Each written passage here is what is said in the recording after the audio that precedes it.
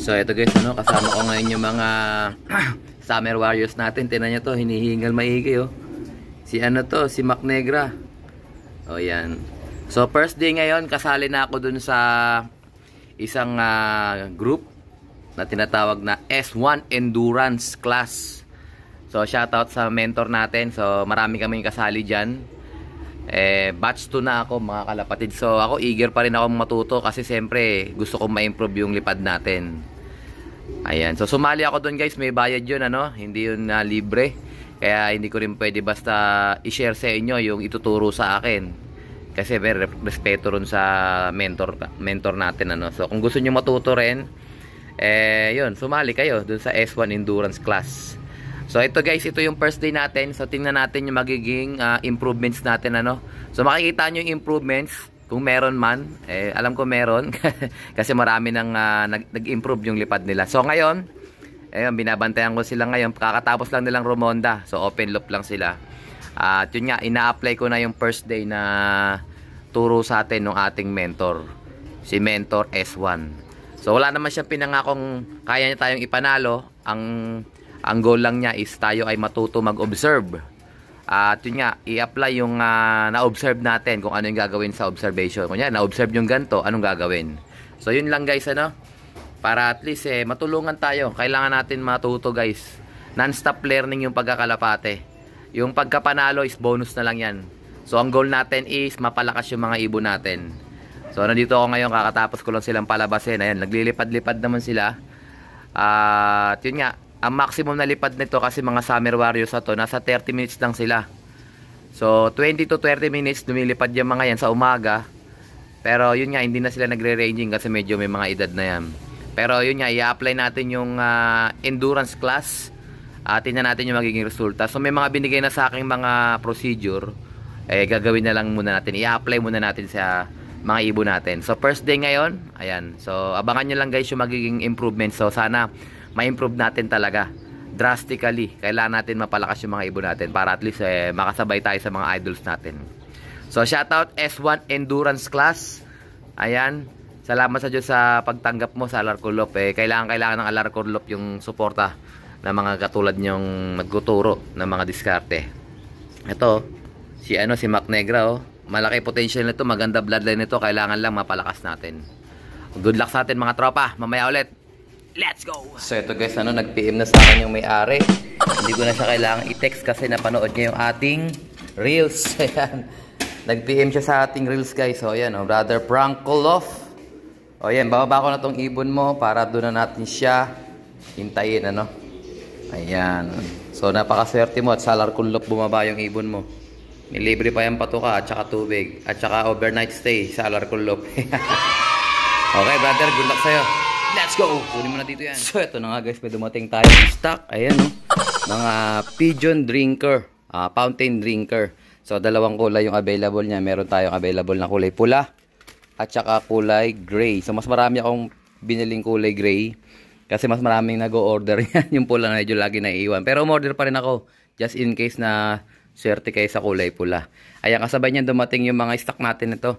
Ideal pills at saka Supra pills. Ayan, Sandamukal yan guys. At saka ano po mga kasama niyan. Ito, binigyan tayo ng mga freebies ng Columbine. Ayan Pickstone Red. Ayan ayan ang ganda Ayan. Tapos yan kasama yan dito sa mga Wingmaster. So pagka pwede kong i-freebie sa inyo pag umorder kayo ng isang sako, pwede ko kayong bigyan yan kasi bigay lang din naman sa akin yan. So dalawang klase na yung Pickstone natin.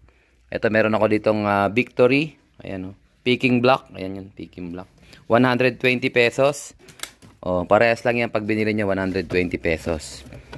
Ayan. So, kay naman ito, hindi siya nagtatapon-tapon kasi buo siya, solid. Ayan. Pero ipamimigay ko lang sa inyo yan pag bumili kayo ng isang sako na Wingmaster. Ang isang sako na Wingmaster, 1,350. Pero sa Lazada yata, medyo tinasan ko na kasi may tax na. Okay?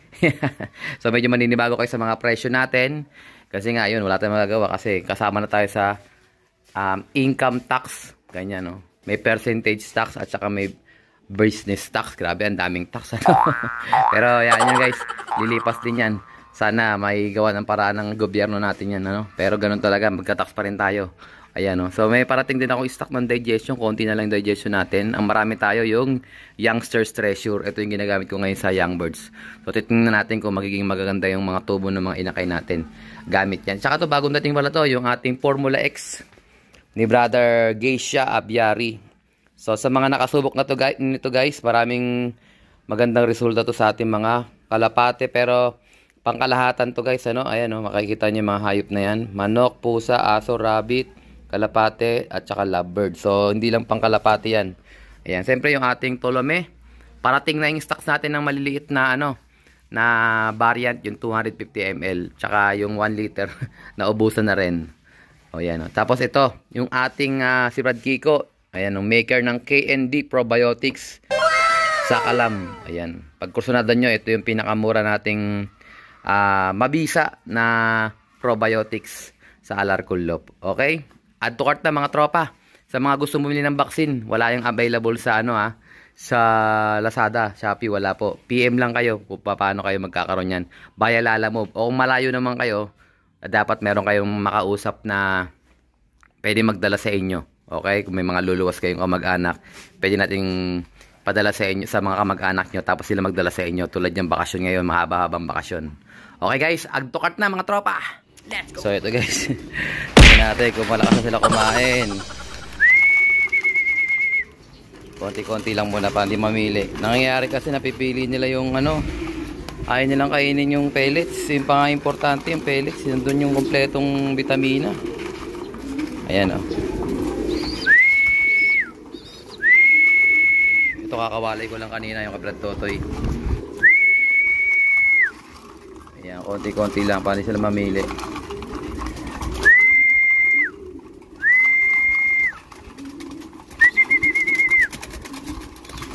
Ayan, sige banat mga tropa. Uy, namisa na to. Namisa na. Ayan o, pisa na. Good news. Ito si Brad Totoy. Ayan, Peter C. Grand Slam. Ayan, panglaban namin yan. Hindi na sila guys, nagbabakbaka na oh. Lakas na kumain. Dapat ganyan. Pagka hindi kayo kumain, wala. Ito pa mga bugoy. Good news yan guys, kasi yun ang minomonitor natin, yung kanilang appetite. So maganda talaga yung ano, yung Tolome sa tubig, Tolome water, pampagana rin kumain yun. At saka yung gabi-gabi natin binibigay na ano, Youngsters Treasure. Ayan oh, kita nyo lahat kumakain oh. So yung isa dun, ayun, kakasalpa ko lang dyan kagabi. Dito yung galing eh. O yung panglaban namin, lahat kumakain. Nandyan na yung grisel. O yan. So pauubos ko muna sa kanila lahat ng patuka bago ko sila lagyan ng tubig, para talaga maubos nila. O maya nagtitimpi-timpi lang sila eh. Mga uhaw na rin yan guys. Okay? O maya ulit. Let's go! Ito guys, may dumapo sa aking kalapate sa landing zone ko. Ewan ko kung sa atin to guys. Ayan o. O yan, lipad siya ng lipad kanina pa. Hindi siya napasok. Pero kung sa atin man siya, sana siya yung Tacloban bird natin. Ayan, tingnan natin kung papasok siya guys. Mahilap siya guys pagka umaano lumilipad. Pag lumalapit ako. So nakakubli lang ako dito guys. Kanina nandun siya sa taas. Ngayon, try ko siya i-sticking kung talaga sa atin. Kasi kung sa atin niya, may-stick yan eh. Hindi siya sa atin guys. Bumabalik-balik lang siya, pero hindi ko pa nakikita yung ring band niya. Pero pag sana sa atin to. Nakatingin siya sa ano. Gusto niya pumunta rito sa butas oh. O try ko ulit tumayo guys, lilipad yan. O ayun oh. Blue bar. O yan lilipad na naman. So abangan natin guys kung ang susunod na kabanata tingnan natin kung papasok siya sa ating landing bird. Pati palingalinga eh. O aakyat na naman siya dun sa itaas. Inabot na ako ng gabi rito, hindi na ako nakapag-vlog kasi kakatingin ko sa kanya. Ayan. So may pagkain na rin dyan sa inakay natin dyan. Lumapit siya nung nagkakainan. Siguro may tira pang patuka. Malaman natin guys, natin ang susunod. Ayun, tinan mo. Nakita niya kasi kumutuka dyan kanina kaya alam niya pagkain dyan eh. May tubig pa naman dyan sa may gilid. Tingnan natin guys ang susunod na kabinata Let's go! Abangan natin siya. So ito mga guys, ano, din ako nakatiis. Dinakma ko na siya. Ito yung ibon. So napansin ko lang sa ibon, busog na busog siya. So malamang nakikain na to ng maigi dito sa Alarcolop. Tapos napansin ko yung kanyang buntot is putol. Ayan o. Gupit. Ayan. So papakawalan ko na lang siya bukas ng umaga guys. Ayan o. Ang sing-sing niya, matabang ibon guys. Parang breeder. Pero bata pa yung sing-sing niya. Ayan o. PHA 2023. 354985. Ayan.